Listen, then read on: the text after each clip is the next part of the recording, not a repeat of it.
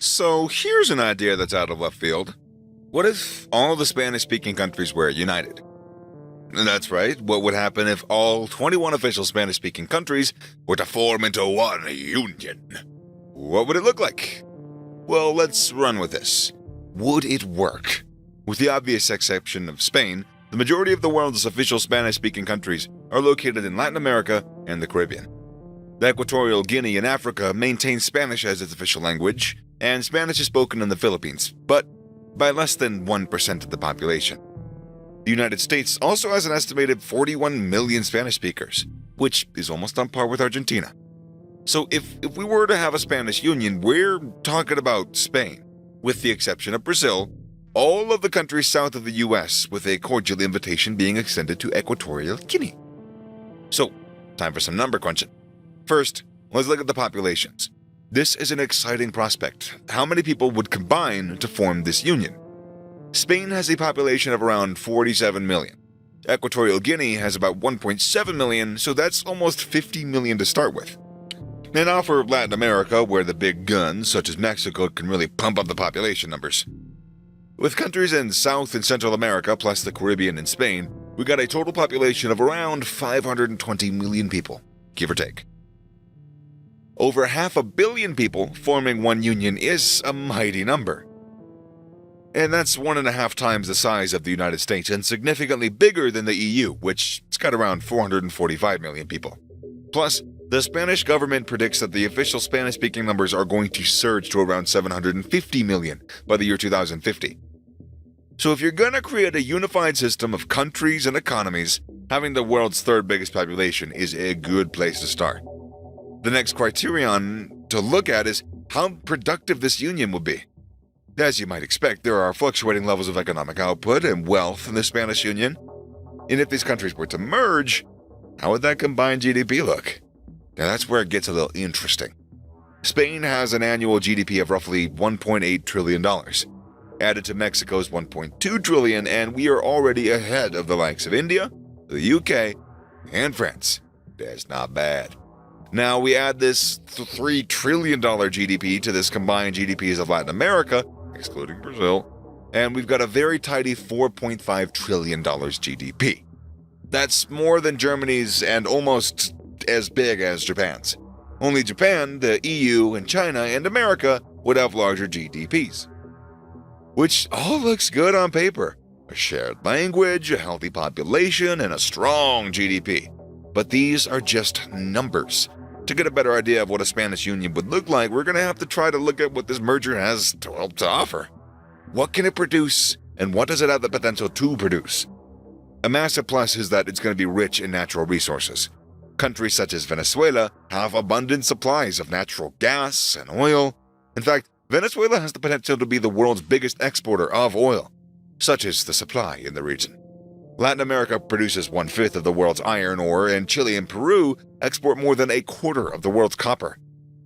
Then there are the more plentiful forests that account for a huge paper amount and timber exports. Coffee, sugar, rubber, and other metals such as lead, zinc, and tin. Latin America would definitely be doing a lot of the heavy lifting. So all eyes now move to the big players, Spain and Mexico. What are they going to bring to the table? Well, let's start with Spain. With a modernized and developed economy, Spain is one of the EU's biggest and most important markets. While it does have a sizable debt of some $1 trillion, Spain's economy is diverse and it is durable. Major industries include tourism, pharmaceuticals, and manufacturing, with automobiles being one of the biggest exports. Another upside is that Spain has a well-developed service sector, which is lacking in parts of Latin America. If there were to be a Spanish Union, it would be ideal for Spain to share its knowledge and its expertise in developing service sectors. Similarly, Mexico also cranks out a huge number of automobiles for exports. The manufacturing sector is the backbone of the economy, and oil production accounts for some serious dollars. More than 3/4 of Mexico's oil production is shipped to the United States, making it a strong contributor to the new Spanish Union's economy. The Spanish Union now starts to look better and better. The main contention is the lack of technological development and growth of service industries in some of Latin America. Improvements and investment in key areas such as education, telecommunications, IT, and finance could help to really diversify and strengthen the new union's economy. With some serious stuff decided, now we can look at how people would live in this new union. Culturally, there's already a lot in common. Soccer, or football, is the no-brainer choice of most popular sport.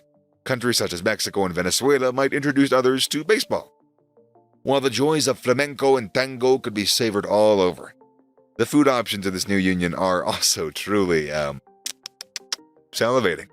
In fact, the Spanish Union would have arguably the greatest cuisine in the world.